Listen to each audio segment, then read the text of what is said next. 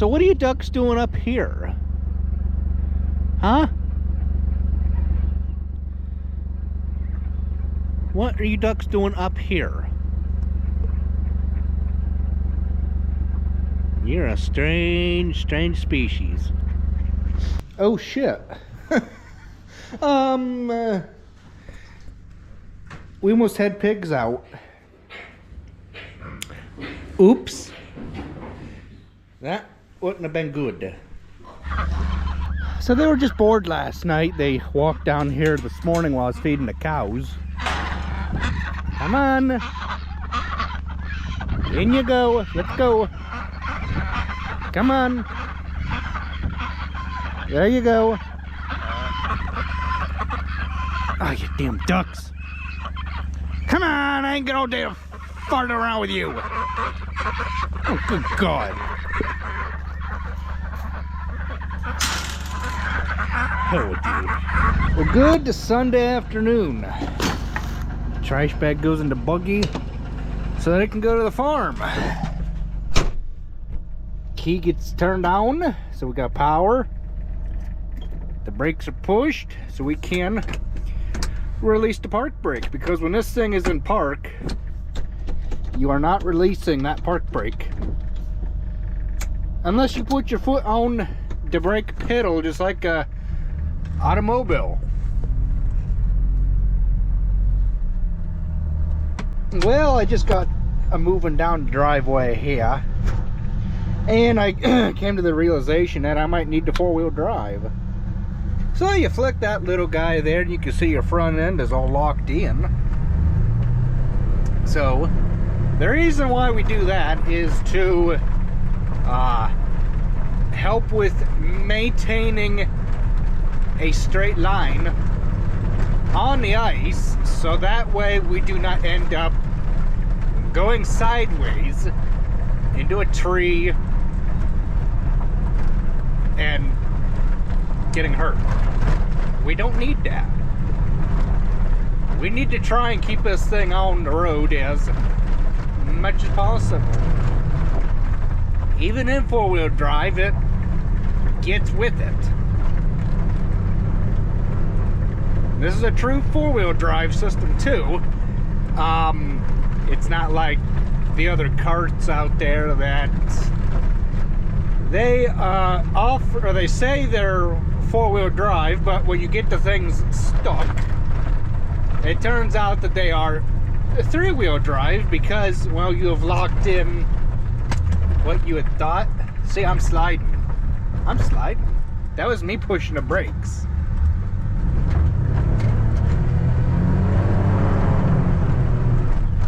And that was in four-wheel drive. Now, if we weren't in four-wheel drive and we had done that, we'll be wagging our tail, okay? And we don't need that. We need to try and keep it straight. But it just goes to show, you push the brakes on anything, tractor, truck, car, pickup, it don't matter, you will go sliding, okay? Now granted, I wasn't going fast at all. I was in control at all times, but we don't need to be doing that just to clown around. And that's how accidents happen. Well, I think I can get rid of the four-wheel drive now. As you can see, the light went out there. Yep. Yep, we are out of four-wheel drive because it tried to wag the tail right there. Yep, we are out of four-wheel drive because we are spinning, okay? If we were in four-wheel drive, it would have gotten with it, okay? And that is one way that you can tell when you are in four-wheel drive or when you are out. See, there it has gotten with it, okay?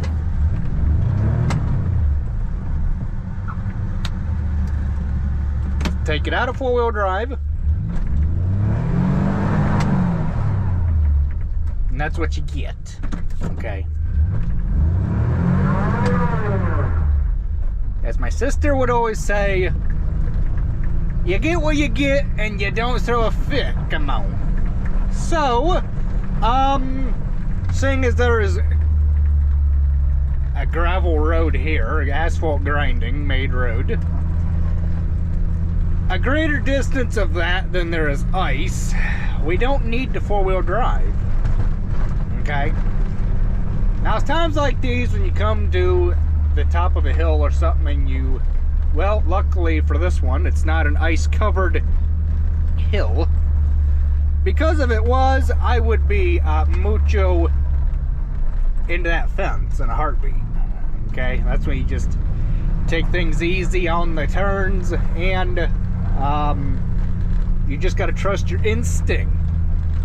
Well, the ice is a little bit worse here than I thought. I used to, at one time, have some, I guess they were called ice cleats, that went on the underside of your shoe or your boots, so that way it can make walking on ice more manageable. I believe they were more for like ice fishers and people like that, but you see, I would be walking from ice to gravel to ice to gravel, and I hear that they wear out a whole lot more on gravel or asphalt than anything else. That's kind of why I have not used them in the past couple of years, but we just take our time and just kind of slide our feet along. Everything will be okay. There are a couple times where we've had some spills, but that just goes to show that you need to pay attention a little bit more and not rush things when it's icy out. Chores have been, well, the pigs have been fed. Something new is going to be happening. We won't spill the beans just yet. But it has to do with hitting my head in a building. Well, so we've gotten all of our afternoon feedings done. Okay. I'm excited for tomorrow, for Monday. I'm gonna go with one of our full-time truck drivers. If everything works out, I should be able to bring you guys along. He's gonna take me up in a Cessna. Something I've never done before is riding an airplane that I can recall. So, yeah, that ought to be cool. We'll have to get the other GoPro fired up, the Hero 9. Maybe we'll stick it out there on the wing or something goofy like that. I don't know, but I don't know. We'll have to check with him first. Couple of yous was asking how long this stretch of road is here. We're going to do, we got us a tripometer on our buggy here.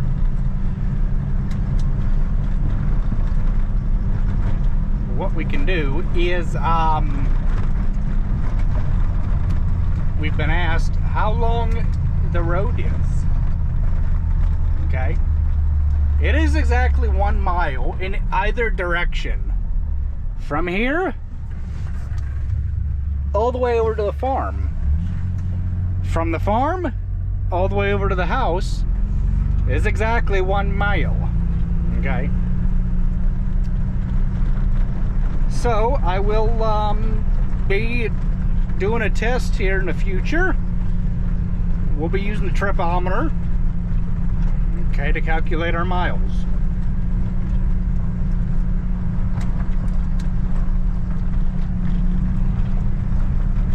Let's hope and pray for no more ice.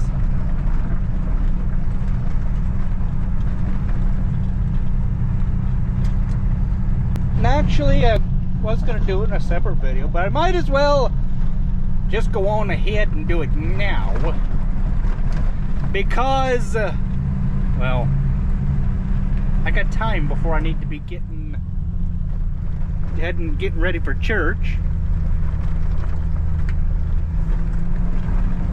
So we'll get ourselves flipped around up here and we will reset our tripometer or tripometer, however you pronounce it. Okay, so we got ourselves to the gate. We need to get ourselves flipped around to here. In order to do this test correctly,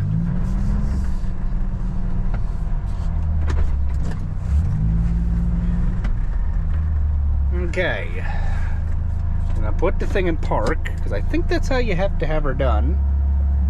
I'm gonna go into information, tripometer. I'm gonna push both of them at the same time. That's not what I wanted.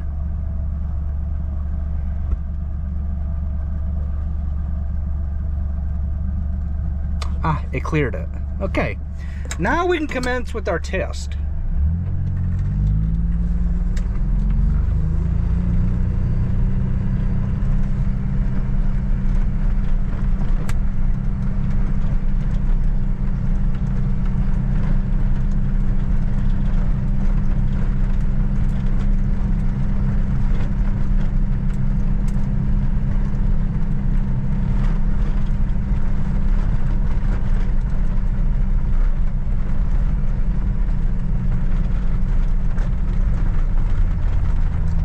There's point one, and there's a pile of snow we just went over.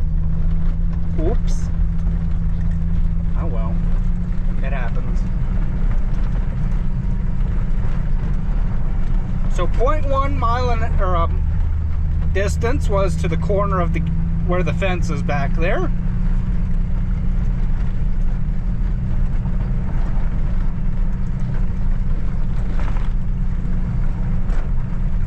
Point 2 is just to the corner.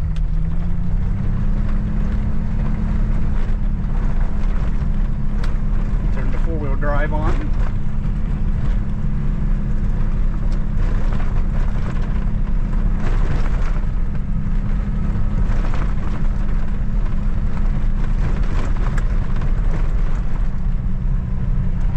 Point 3 is just to the bottom of the curve here. So we've turned our four-wheel drive back on, but we're still flashing because we are above 8 miles an hour. When it gets below 8 miles an hour, it'll turn itself on. Okay. So we're gonna turn ourselves, go to the right first. Shut our four-wheel drive off. But the four-wheel drive is not actually disengaged until, again, it gets below 8 miles an hour. That's a safety feature, so that way you don't rip the rear end out or the front end.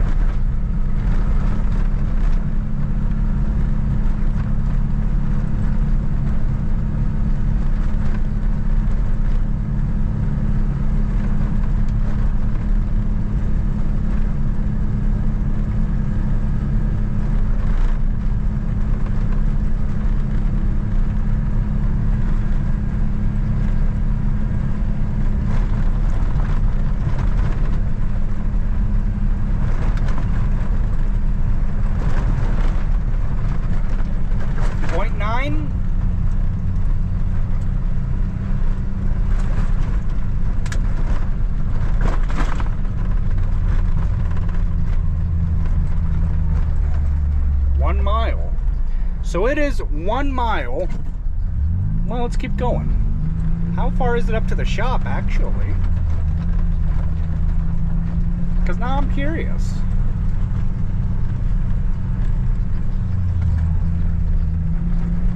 So it is 1 mile to this point right here. Okay? It's probably like 0.3 or something like that. 1.1 to the intersection here.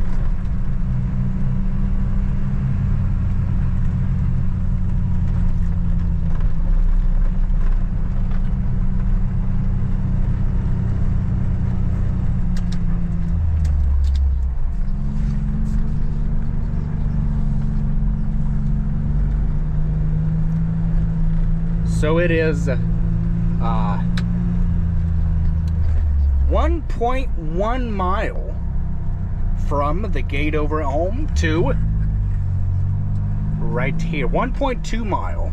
It just changed. So what we're gonna do is, well, it'll be the same distance no matter what. So yeah, I hope that answers a few questions. We'll just go ahead and leave her like it is, because we have no reason to change it. So we'll just leave it alone and see what, it should get up to like 2.2 or something once we get home, I would think.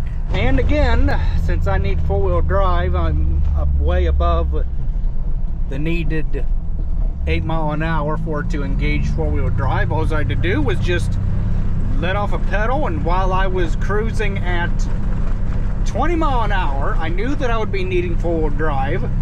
So all that I had to do was just hit the switch, wait till my speed decreased below 8 mile an hour, it engaged, and then I can resume normal operation like a normal. Oh, I think I'm going to be over my 2.2 range. I think it's going to be like 2.3 by the time I get to the building. I think.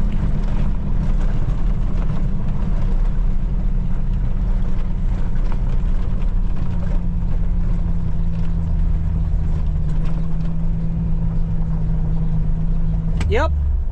It just turned 2.3 right at the post there. It just flipped.